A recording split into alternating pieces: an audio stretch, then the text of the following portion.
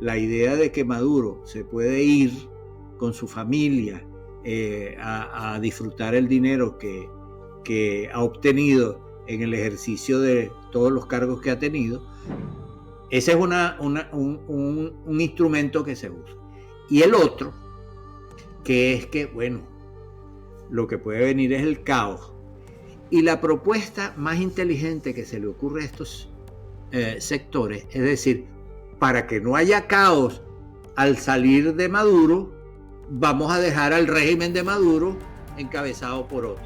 Que hay gente que dice, hay que callarse la boca, como que si la vida de los venezolanos aquí y la dignidad de más de medio millón de venezolanos no importara. Eso es que esto es una pregunta difícil, pero esto es una realidad. No, la pregunta no es difícil y es muy pertinente. Mira, yo en la discusión esta en Estados Unidos, que como tú sabes es extremadamente agria entre los demócratas y los republicanos, entre el gobierno del presidente Trump y los sectores que lo adversan en los medios de comunicación y en el Congreso, es una discusión que está muy llena de acritud, de polarización, y en la que nosotros no debemos meternos. Hoy tengo un invitado de lujo, alguien que entiende como pocos la dinámica del poder en Venezuela y el camino que sigue la disidencia en este momento tan crucial. Desde Boston, Massachusetts, me acompaña el profesor Carlos Blanco. Él es asesor de María Corina Machado, economista y consultor político, con una trayectoria amplia, respetado en todos los espacios donde se discute el futuro democrático del país. El profesor Blanco fue ministro durante el segundo gobierno de Carlos Andrés Pérez y ha sido profesor tanto en la Universidad Central de Venezuela como en la Universidad de Boston, aquí en los Estados Unidos. Su experiencia es clave para entender cómo se mueve el tablero político en esta hora tan compleja para Venezuela. Y no solo eso, como reseña el diario El País de España, Carlos Blanco fue uno de los autores intelectuales del proceso de descentralización, el último gran esfuerzo de la democracia venezolana por modernizar la gestión pública a través de la federalización de la administración política. Hoy hablo con él sobre la situación actual en Estados Unidos y el régimen de Venezuela y mucho más. Pero antes les pido por favor que se suscriban, activen la campanita de notificaciones, le den me gusta, comenten y compartan. Eso me ayuda a mí a seguir adelante. También pueden suscribirse a mi boletín de Substack en ricardolodice.com. Les dejo el link también aquí en la descripción para que te lleguen las informaciones a tu correo electrónico, sin censura, sin algoritmos, luchando contra la desinformación. Eso te toma 3 o 4 segundos y pues me ayuda muchísimo a seguir produciendo contenido, periodismo independiente desde Washington, D.C.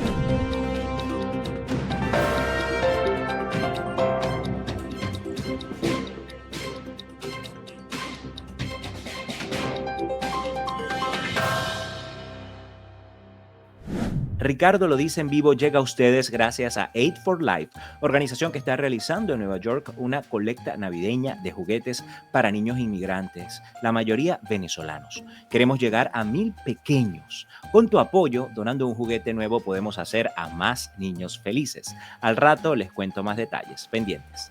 Vamos a recibir desde ya al profesor Carlos Blanco. Bienvenido, profesor, gracias por acompañarme. Muchas gracias a ti, Ricardo, por la invitación.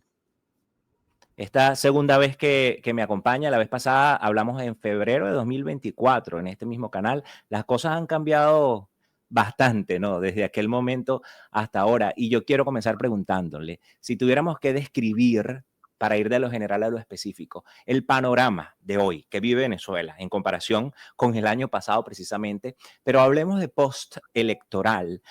¿Cómo lo describiría? Porque se ha reconfigurado todo de una manera que muchos quizás no se esperaban, ¿no? Sí, yo creo que hay varios elementos que definen la situación que estamos viviendo en Venezuela y en el mundo en relación con Venezuela.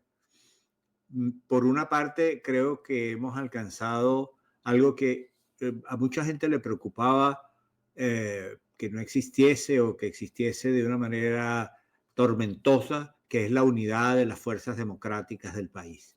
Yo creo que las primarias de 2023, en las cuales triunfó María Corina por más del 92% de los votos emitidos, configuraron no solamente una victoria de una dirigente político, sino también la posibilidad de una unidad de abajo hacia arriba, no una unidad articulada con pactos que no necesariamente son condenables, pero que son débiles, frágiles muchas veces, pero una unidad que ha emergido desde las bases y que ha garantizado un liderazgo sólido, creo que es muy importante. Y esto está relacionado, pienso yo, con el papel que María Corina ha cumplido, un papel de ser una estratega formidable. Se ha desarrollado en el curso de estos años como una estratega formidable, no abandona el objetivo, pero tiene flexibilidad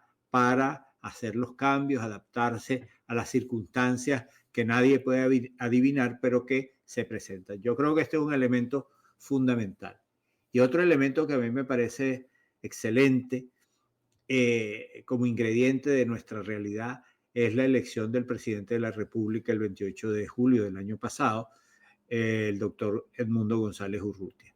Creo que fue una experiencia y es una experiencia maravillosa de nuestro país, porque a María Corina la vetaron para que participara y ella, con ese espíritu que acabo de describir, propuso a Corina Lloris, que es una mujer excelente, una profesional sin dudas de primera línea, y también la vetaron, y después se logró que de manera inadvertida por el régimen entrara Edmundo González Urrutia como candidato, a quien llamaban, y él bromea con eso a veces, el candidato tapa.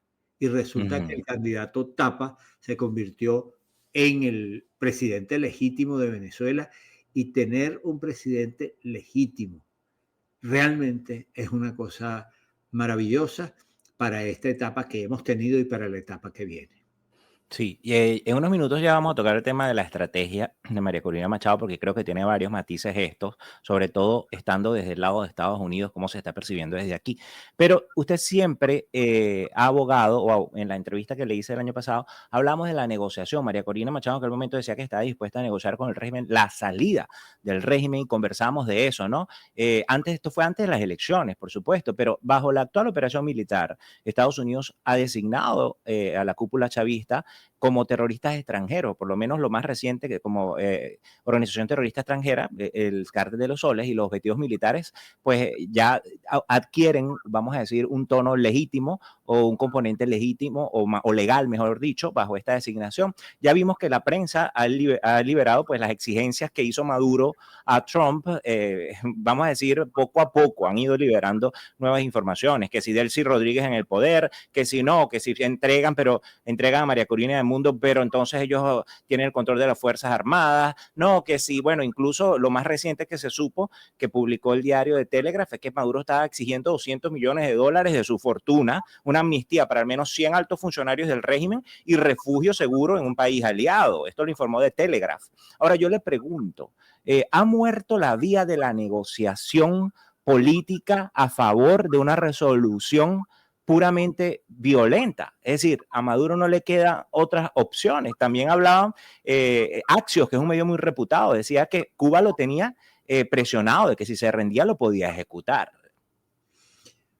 Yo creo que en términos generales, en una situación de crisis, la negociación siempre es conveniente, siempre que haya un objetivo claro.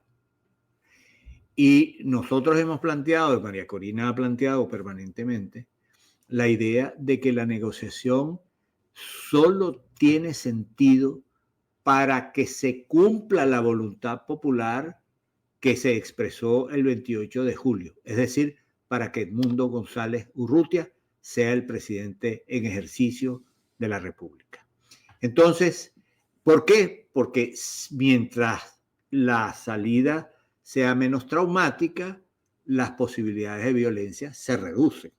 Y conversar con el enemigo para que adopte y acate la decisión popular era y es una salida absolutamente razonable.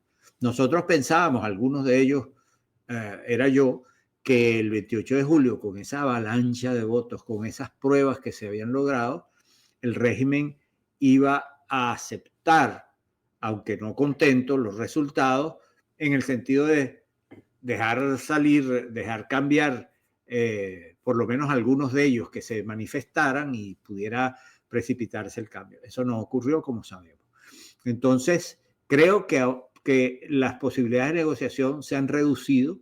Yo nunca descarto ese ingrediente en el desarrollo de la política, pero creo que el régimen se ha negado a negociar, entre otras cosas, porque la cúpula del régimen se ha constituido en un conjunto de personas que son prisioneros los unos de los otros. Por ejemplo, en este momento, la idea de que Maduro se puede ir con su familia a disfrutar el dinero que ha obtenido en el ejercicio de todos los cargos que ha tenido, bueno, resulta que hay gente que dice, bueno, tú nos has embarcado en esto y ahora tú te vas y nosotros nos quedamos aquí aguantando la justicia y la protesta popular. Entonces ellos dicen, tú no te vas a ir, y el otro le dice al de más allá, tampoco. Entonces ellos están como apretados allí en un ovillo de terror. Del terror que ellos han creado se les está devolviendo. Yo pienso que, de todos modos, lo más conveniente es seguir las recomendaciones de aquel dicho: enemigo que huye, puente de plata. A ver, usted sostiene, profesor, en una entrevista reciente habló de que el gobierno, eso que llaman gobierno en Venezuela, no existe, que el gobierno, el Estado se disolvió. Entonces, si no hay gobierno en Venezuela, como todos sabemos, sino una banda criminal que está ocupando el territorio, ¿con quién se planea negociar, por ejemplo, una transición? Porque sobre esto se ha dicho mucho. ¿Cómo se transfiere el poder administrativamente de una entidad mafiosa o que no existe? Y yo quisiera que usted me dijera cómo sería esa transición con los poderes secuestrados por la misma dictadura, por ejemplo. No, yo no estoy planteando que hay que convencer a los, no usaste esa palabra, pero que quede claro. Yo creo que ya el régimen perdió su capacidad negociadora. Ellos han utilizado siempre las 15 negociaciones que ha habido y ahora le están proponiendo una tercera al presidente de los Estados Unidos, que sería la número 16, y ellos siempre han tenido claridad en el propósito. Y de este lado, del lado de las fuerzas democráticas, no siempre ha habido la misma claridad. ¿Cuál ha sido la claridad del régimen en cuanto a su propósito? Que ellos no van a discutir allí si hay estas elecciones o aquellas condiciones. Ellos lo único que van a esas conversaciones es a ganar tiempo. Su objetivo es ganar tiempo, que las cosas se demoren, al demorarse cambian las condiciones y entonces aparecen otros problemas y los interlocutores tienen que ocuparse de otros asuntos, no pueden estar dedicados todo el tiempo al tema de Venezuela, y entonces aquello se comienza a disolver y se convierte en agua de borraja. Yo creo que lo que María Corina tiene absolutamente claro y el país, yo creo que tiene claro, las fuerzas democráticas tienen claro, es que no puede haber ningún tipo de demora que nosotros procuremos o aceptemos para que se cumpla la voluntad popular. Maduro y su régimen y todos estos personajes tienen que irse. Ahora, hay unas operaciones que están en marcha. Hace unos años la operación era: vamos al diálogo. No podemos ir a decirle a Maduro y a su gente, váyanse porque estamos dialogando. O no podemos ir a decirle a Maduro y a su gente, entreguen el poder porque ganamos las elecciones, sino vamos a seguir discutiendo para ver si en vez de hacer valer esas elecciones, vamos a unas elecciones de gobernadores o de asamblea, etcétera, etcétera. Ese fue durante mucho tiempo el procedimiento. Pero ahora, como hay un liderazgo nacional consagrado, representado por María Corina, como hay un presidente legítimo, que es Edmundo González Urrutia, ahora el tema son dos temas. Primero, que ellos son muy radicales, que no unen. Especialmente se lo dedican a María Corina. Cuando, como acabo de decir hace unos minutos, María Corina no es que solo une, sino que es la representación de la unidad desde abajo de las fuerzas democráticas y transformadoras del país. Ese es un instrumento que se usa. Y el otro, que es que, bueno, lo que puede venir es el caos. Y la propuesta más inteligente que se le ocurre a estos sectores, es decir, para que no haya caos al salir de Maduro, vamos a dejar al régimen de Maduro encabezado por otro. Qué ocurrencia, ¿no?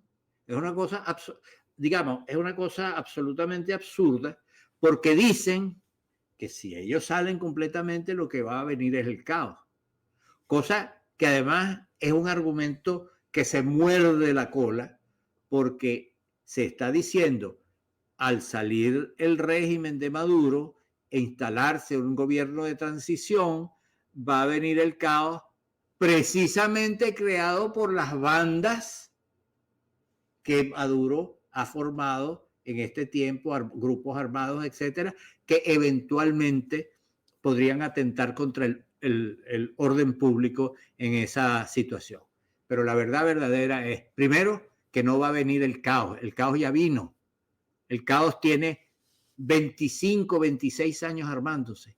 Y en segundo lugar, para salir del caos hay que tener un gobierno legítimo, en donde los ciudadanos sean libres, donde se comience a estructurar el proceso democrático y de esa manera el país va estando en una situación progresivamente de calma para construir y reconstruir lo que hay que hacer en este periodo que nos toca. ¿Cree que tendría la capacidad Edmundo González y María Corina, el nuevo gobierno, de controlar cualquier conato? Porque es una realidad, los colectivos existen, es una realidad. El ELN también está en suelo venezolano, ¿no? ¿Usted cree que se contaría con Estados Unidos y otros gobiernos para apoyar una eventual operación de desmantelamiento de cualquier conato que pueda quedar? Aid for Life está haciendo una colecta navideña de juguetes en Nueva York. Queremos darle regalos a 1,000 niños inmigrantes este 20 de diciembre. La mayoría son venezolanos, pero también hay niños de Ecuador y Perú. Muchos de ellos viven en hogares temporales. Hoy apelo a tu buen corazón, a tu solidaridad y a tu empatía. Si puedes, dona un juguete nuevo desde la lista de deseos en Amazon o enviándolo directo a su oficina en Manhattan. Aquí te dejo la dirección que tienes en pantalla. El link te lo dejo en la descripción y en los comentarios de este en vivo. También puedes escanear el código QR que ves en pantalla. El límite para donar juguetes es el 17 de diciembre. Juntos podemos marcar la diferencia haciendo feliz a un niño migrante más en esta Navidad. Contamos contigo. Fíjate, en Venezuela ha habido una guerra internacional y hay una guerra internacional que declararon Chávez, Maduro, los cubanos, los rusos, los chinos, los iraníes, el ELN, la FARC, Hezbollah, contra el pueblo venezolano. Es una guerra internacional desde hace muchísimos años, contra el pueblo venezolano y las fuerzas democráticas del país. Y lo que ha hecho la dirección política del movimiento democrático es decir una cosa que es evidente: solo no podemos. Y ha llamado a los países, a los gobiernos, a las organizaciones de la sociedad civil de todo el planeta Tierra para que apoyen la lucha democrática de Venezuela.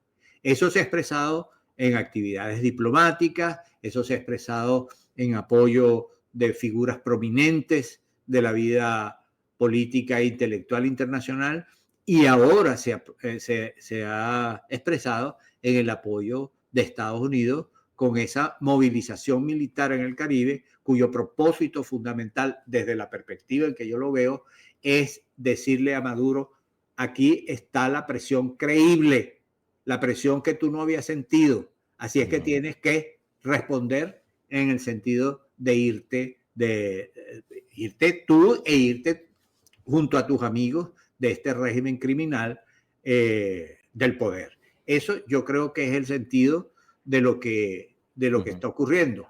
Ahora, por supuesto, eso es un proceso muy complejo porque están involucrados factores nacionales e internacionales de distinta naturaleza.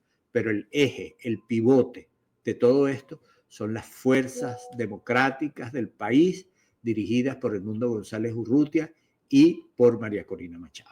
Ahora, profesor, usted ha comparado la situación, lo que podría estar a punto de ocurrir en Venezuela, como cuando cayó el muro de Berlín. Estaba leyendo alguna entrevista allí que usted dio.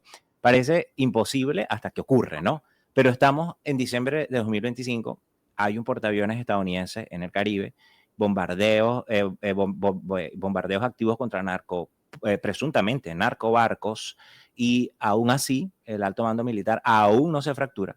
¿Cuáles son los escenarios? Yo quiero, desde el punto de vista de lo más responsable posible, no vamos a especular, pero yo quisiera que usted me dijera, ¿qué escenarios más realistas de caída de la dictadura en Miraflores ve usted ante la presión de Estados Unidos? Porque esto no existía cuando hablamos el año pasado, ni remota idea de esto. Yo tengo la forma en que yo analizo estos temas no se ocupa tanto de lo que va a ocurrir, porque a mí me parece que en un ambiente de caos nacional y de caos en el mundo, en muchos sentidos, colocarse en el plan de predecir es muy complicado, a veces es muy arrogante y en general se falla. Yo lo que puedo decir es lo que nosotros tenemos hoy, lo que existe hoy. Lo que existe hoy es un pueblo organizado, desde luego organizado de una manera que es inevitable cuando hablamos de un régimen criminal como el que tenemos. En segundo lugar, tenemos este apoyo internacional que conocemos y que encabeza Estados Unidos. Y en tercer lugar, algo que tú acabas de referir, que son las fracturas del régimen. La fractura del régimen, nosotros tenemos la información y creo que mucha gente tiene esa información de que hay esa fractura, que comenzaron a manifestarse con las elecciones precisamente, cuando en las instalaciones militares y policiales se dio el mismo porcentaje de apoyo a Edmundo González Urrutia que hubo en el resto del país. Es decir, los oficiales militares, los policías, no se diferenciaron del resto de los ciudadanos. Ellos y su familia votaron mayoritariamente por Edmundo. De tal modo que nosotros tenemos allí una situación que está en periodo de combustión, que no ha estallado, pero está en un proceso de combustión para aprovechar cuando se presente la oportunidad, una oportunidad que yo no me atrevo a adivinar, pero una oportunidad, toda esa presión nacional e internacional y las fracturas en el seno del régimen van a permitir abrir la brecha para que por allí se cuelen las fuerzas democráticas del país. Y quisiera decirte una cosa adicional, Ricardo, que es que hay que recordar procesos históricos. En Venezuela, cuando cayó la dictadura de Pérez Jiménez, el 23 de enero de 1958, durante ese año que presidió la Junta de Gobierno, durante la mayor parte de ese año, el almirante Wolfgang Larrazábal,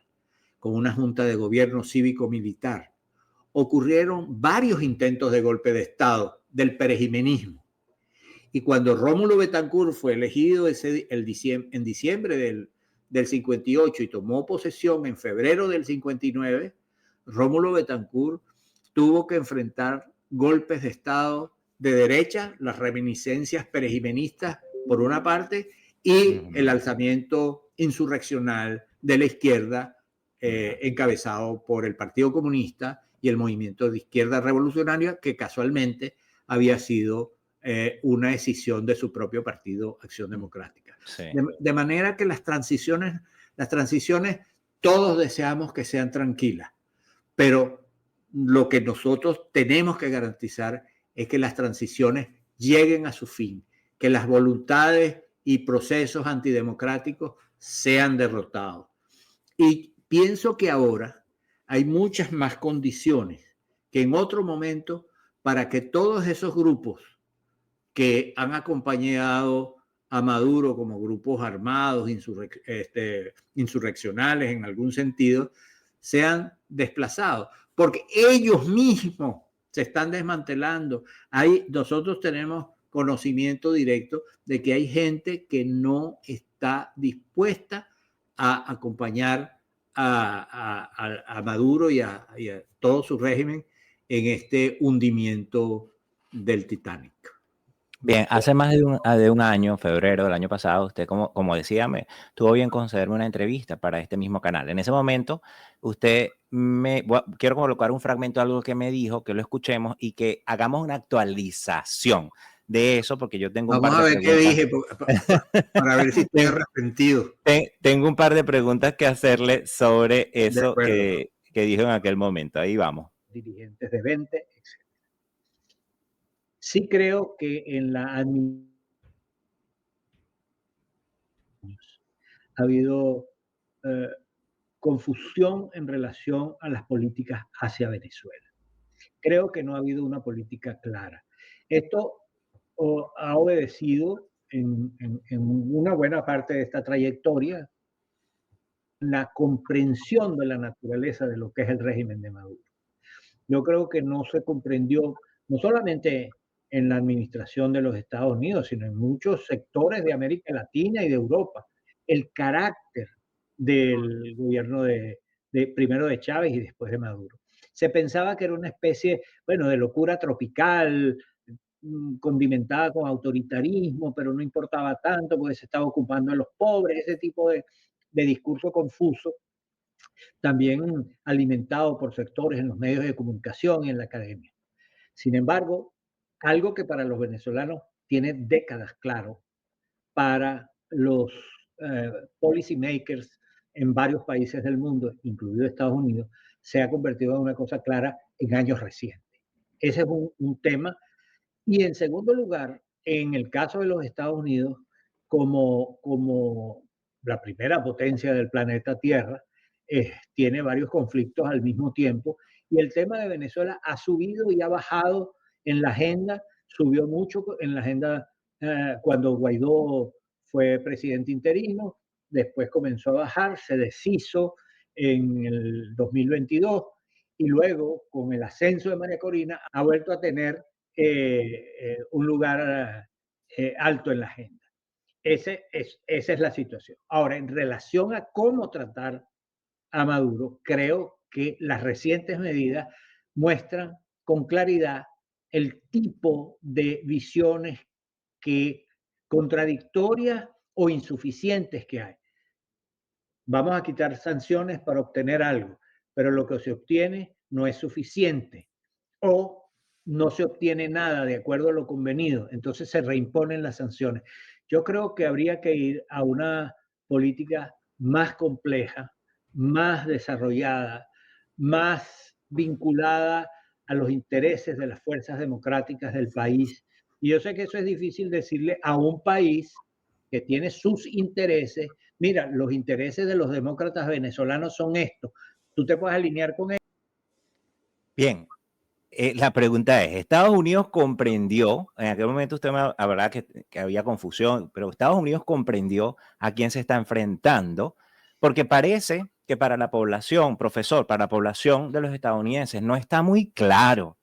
La última encuesta que leí, el 70% de la población en general, de los encuestados, independientemente del partido, bueno, esto es de CBS y YouGov, ellos se oponían, esta encuesta se oponía a una acción militar. Y el Congreso pide transparencia y van a someter por tercera vez una acción de consulta para que el Congreso apruebe cualquier acción militar en Venezuela. Y la mayoría en esta encuesta coincidía en que se oponían porque el gobierno no había sido transparente, el gobierno de Trump. El 76% dice que el gobierno no ha explicado a la población de Estados Unidos cuál es la posición de Estados Unidos ante una acción militar. Entonces, yo le pregunto, ¿ha comprendido realmente el gobierno de Estados Unidos el tema de Venezuela y los intereses democráticos y se alinearon? Mira, yo en la discusión está en Estados Unidos, que como tú sabes es extremadamente agria entre los demócratas y los republicanos, entre el gobierno del presidente Trump y los sectores que lo adversan en los medios de comunicación y en el Congreso. Es una discusión que está muy llena de acritud, de polarización, y en la que nosotros no debemos meternos. ¿Por qué? Porque nosotros tenemos que tratar y garantizar de que el apoyo a la causa democrática venezolana sea el apoyo lo más amplio posible. Y que no ocurra lo que en algunos sectores de Estados Unidos está ocurriendo, y en algunos medios de comunicación muy especialmente, que porque se oponen al presidente Trump, entonces comienzan a atacar la causa venezolana. Y entonces comienzan a atacar a María Corina, como hemos visto recientemente. Pero dicho esto, yo creo, y en relación con con el clip que pusiste allí de una entrevista de hace meses, que efectivamente yo sí creo que ha habido una evolución en la comprensión por parte de Estados Unidos y de otros gobiernos del mundo de la naturaleza del régimen. Durante mucho tiempo se pensó que Maduro, primero Chávez y después Maduro, andaban en una deriva autoritaria, represiva, llena de torturas y de asesinatos a los opositores, pero ese autoritarismo no es nuevo, aunque sea todo lo feroz que es en América Latina. Hemos vivido dictaduras tremendas, la Videla y los militares argentinos, los militares brasileños, Pinochet y tantos otros en la región. Lo que pasa es que ha ocurrido un cambio, que es que el régimen venezolano no es que fue infiltrado por criminales, sino que fue controlado, asumido por criminales, y los propios líderes de ese régimen se convirtieron a su vez en criminales como parte de la estructura del narcotráfico internacional. Es decir, tenemos una situación política estructural realmente importante, que es la conversión de un régimen político en una banda criminal que ha tomado posesión del Estado venezolano. Y cuando Estados Unidos recientemente, en estos meses recientes, ha dicho, vamos a combatir el narcotráfico en Venezuela está liderado y controlado por el cártel de los Soles, que son los integrantes de la estructura militar, no todos los militares, sino los integrantes de la estructura militar que protegen las redes de narcotráfico y viven de esas redes de narcotráfico, e identifica a Maduro como el comandante de las fuerzas militares que constituyen el cartel de los Soles.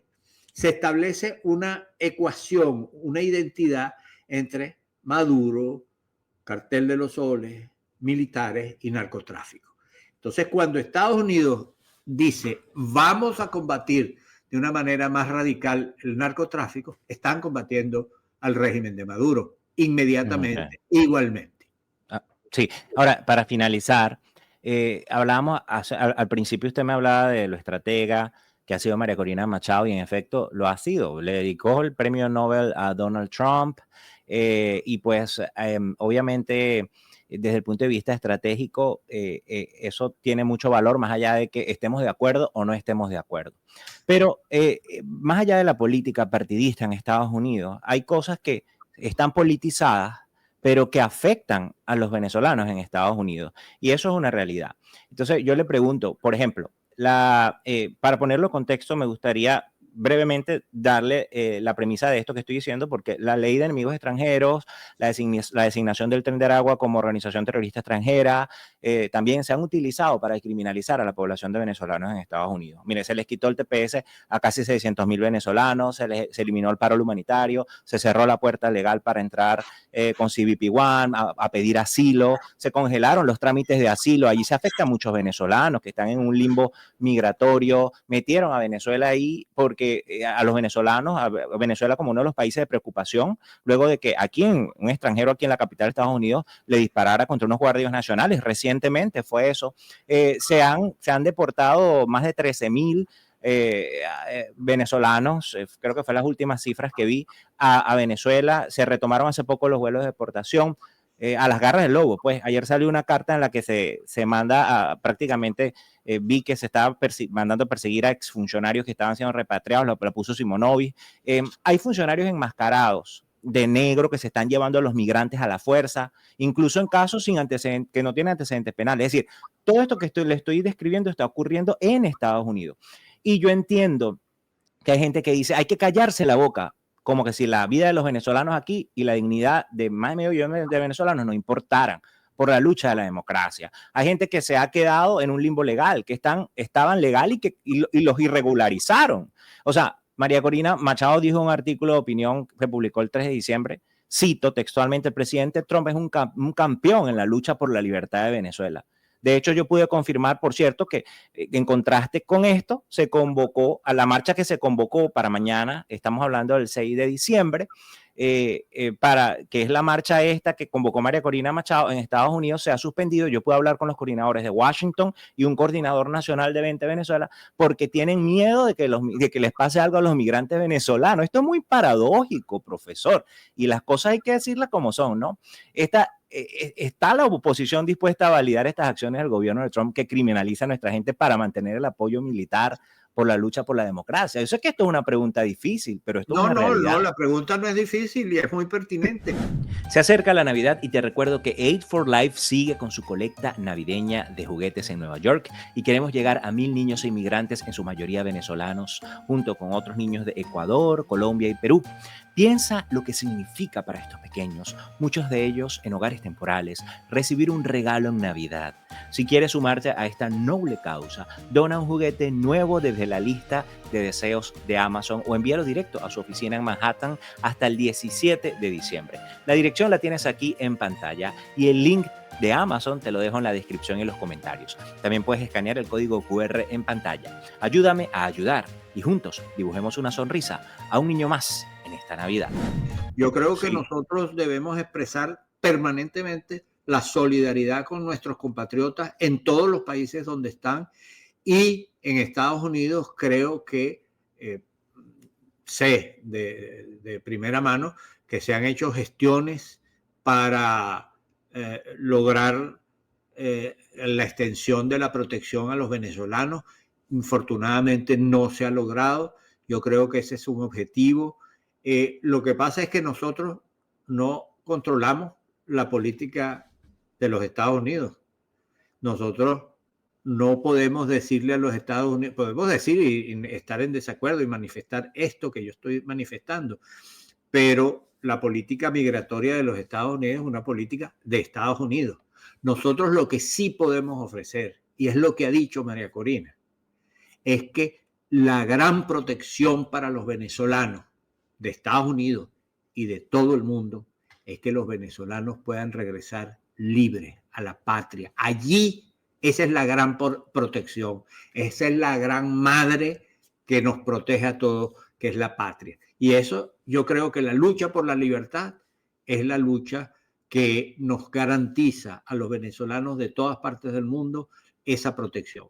Ahora, yo creo que es un error confundir incluso narrativamente el hecho de que haya unos bandidos dentro de la migración venezolana que además han sido deliberadamente infiltrados por el régimen de Maduro, como los del Tren de Aragua y otras bandas, que se confunda esa exigua minoría criminal con lo que somos los venezolanos en todas partes del mundo, gente de trabajo, de dedicación, de solidaridad con otros migrantes, aún no siendo venezolanos, una diáspora que se ha comportado con sus compañeros y sus familiares dentro del país de una manera maravillosa y solidaria. Es decir, yo lo que pienso es que nosotros, la gran solución es la libertad de Venezuela. Profesor, la ñapita, ¿qué opina de la carta, de la famosa carta que está rodando por ahí del Pollo Carvajal? Usted, uno, ¿cree que es verídica? Dos, ¿qué opinión tiene? Porque ahí soltó lo que, bueno, lo que se sabía, lo que no se sabía, y bueno, y más. Y otra cosa muy particular que me llamó la atención, Esto ocurre días después de la carta que le mandó Juan Orlando Hernández, quien es expresidente de Honduras, condenado por narcotráfico aquí a Trump, y también culpaba en parte a Biden, y el pollo también le echa la culpa en parte a Biden de todo esto. Entonces, no sé, me da un poco de suspicacia eso, pero ¿qué opina usted?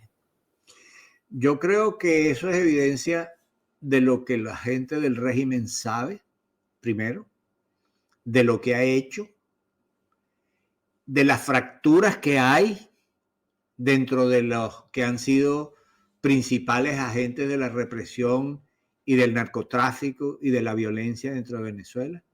Entonces, yo creo que eso simplemente es una manera de decir que es muy claro, es una forma de describir la ruina moral, la ruina llena de indignidades de esta gente que ha asaltado el poder en Venezuela.